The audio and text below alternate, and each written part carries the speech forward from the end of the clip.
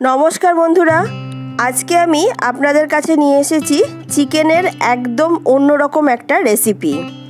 আমার সাথে থাকুন আর দেখতে থাকুন আমি কিভাবে এই রেসিপি বানাচ্ছি। প্রথমে একটা শুকনো কড়াইয়ে দিয়ে দিলাম গোটা জিরে, গোটা ধনে, দুটো শুকনো লঙ্কা আর দুটো তেজপাতা। খুব ভালো করে এইগুলো ফ্রাই করে নেব। দেখুন বেশ সুন্দর করে ফ্রাই করে নিয়েছি। এবার একটা প্লেটের মধ্যে এটাকে রেখে দেব, ঠান্ডা করে একটা পাউডার বানিয়ে নেব।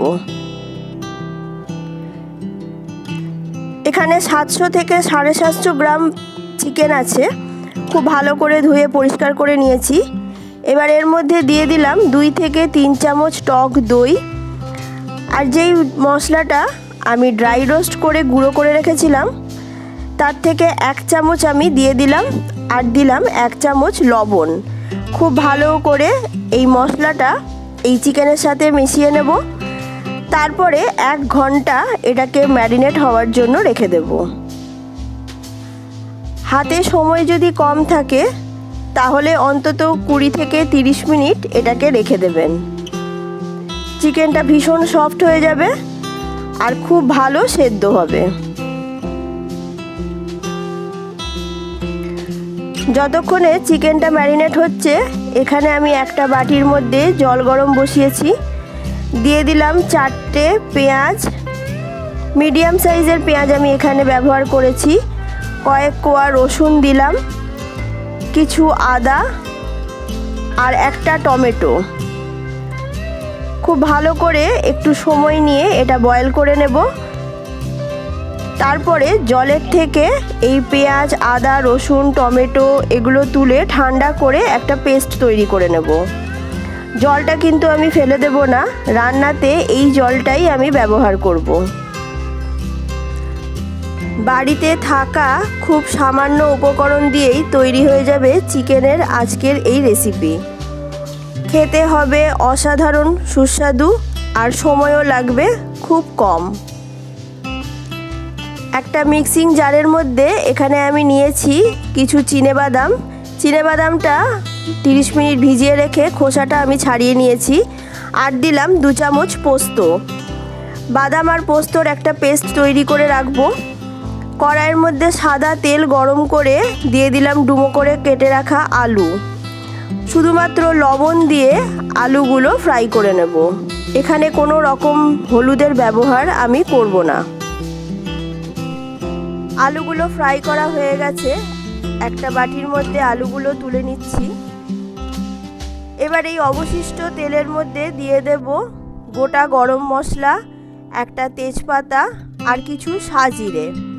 ফোড়নের থেকে সুন্দর গন্ধ বেরোলে এর মধ্যে এবার দিয়ে দেব পেঁয়াজের যে পেস্টটা আমি তৈরি করে রেখেছিলাম, সেদ্ধ পেঁয়াজের, সেই পেস্টটা দিয়ে দিলাম। স্বাদ মতন লবণ দিয়ে দেব। এবার খুব ভালো করে পেঁয়াজটা কষিয়ে নেব। পেঁয়াজের পেস্টটা খুব ভালো করে কষানো হয়ে গেছে। দেখুন ধার দিয়েও তেলটা বেরিয়ে এসছে। এবার এর মধ্যে দিয়ে দেব আরও 1 চামচ ড্রাই রোস্ট করা যে মশলাটা আমি গুঁড়ো করে রেখেছিলাম সেটা দিয়ে দিলাম 1 চামচ। আর দিলাম কাশ্মীরি লঙ্কার গুঁড়ো। আর কোনো রকম মশলা এখানে আমি ব্যবহার করব না। গুঁড়ো মশলার সাথে পেঁয়াজটা আবারও খুব ভালো করে কষিয়ে নেব।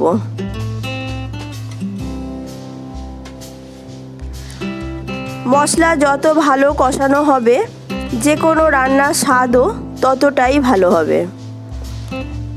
এবার দিয়ে দিলাম ম্যারিনেট করা চিকেন। মশলার সাথে চিকেনটাও খুব ভালো করে কষিয়ে নেব। একঘেয়ে চিকেনের রেসিপি খেতে যদি আর ভালো না লাগে তাহলে আজকের এই চিকেনের রেসিপি বানিয়ে নিতে পারেন। ভিন্ন স্বাদের এবং খেতে অসাধারণ হবে। মশলার সাথে চিকেনটা খুব ভালো করে মিশিয়ে নিয়েছি। এরপরে দিয়ে দিলাম ভেজে রাখা আলু। আলুটা এখানে আমি একসাথেই দিয়ে দিলাম চিকেনের সাথে, তাহলে আলুটাও সেদ্ধ হয়ে যাবে। চিকেন আর আলু মশলার সাথে ভালো করে কষিয়ে নেব।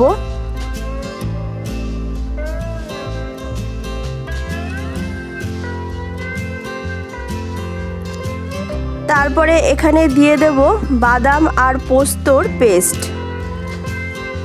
সামান্য জলও দিয়ে দেব। এবার খুব ভালো করে আবারও সব কিছু মিশিয়ে নিচ্ছি।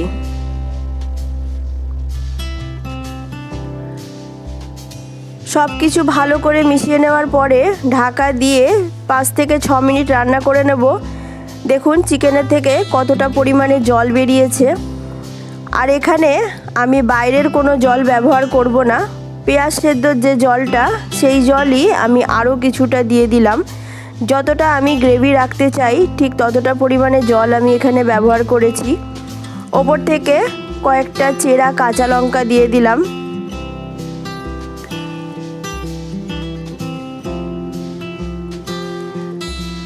ঝালের জন্য এখানে হাফ চামচ চিলি ফ্লেক্স আমি ব্যবহার করেছি, কারণ এখানে 2টো শুকনো লঙ্কা গুঁড়ো করেছি আর কিছু দিয়েছি কাঁচা লঙ্কা, তাই এখানে আমি হাফ চামচ চিলি ফ্লেক্স ব্যবহার করেছি। ঢাকা দিয়ে আরও 5 থেকে 6 মিনিট রান্না করে নেব, যতক্ষণ না চিকেন আর আলু খুব ভালো মতন সেদ্ধ হয়ে যাচ্ছে। তারপরে এখানে দিয়ে দেব 1 চামচ কেওড়ার জল আর 1 চামচ গোলাপ জল। এটা অপশনাল, আপনারা চাইলে নাও দিতে পারেন। আর নামানোর সময় দিয়ে দেব গরম মশলা গুঁড়ো আর 1 চামচ ঘি। ভালো করে মিশিয়ে নিয়ে ঢাকা দিয়ে গ্যাসের ফ্লেমটা অফ করে রেস্টে রেখে দেব যতক্ষণ না পরিবেশন করছি।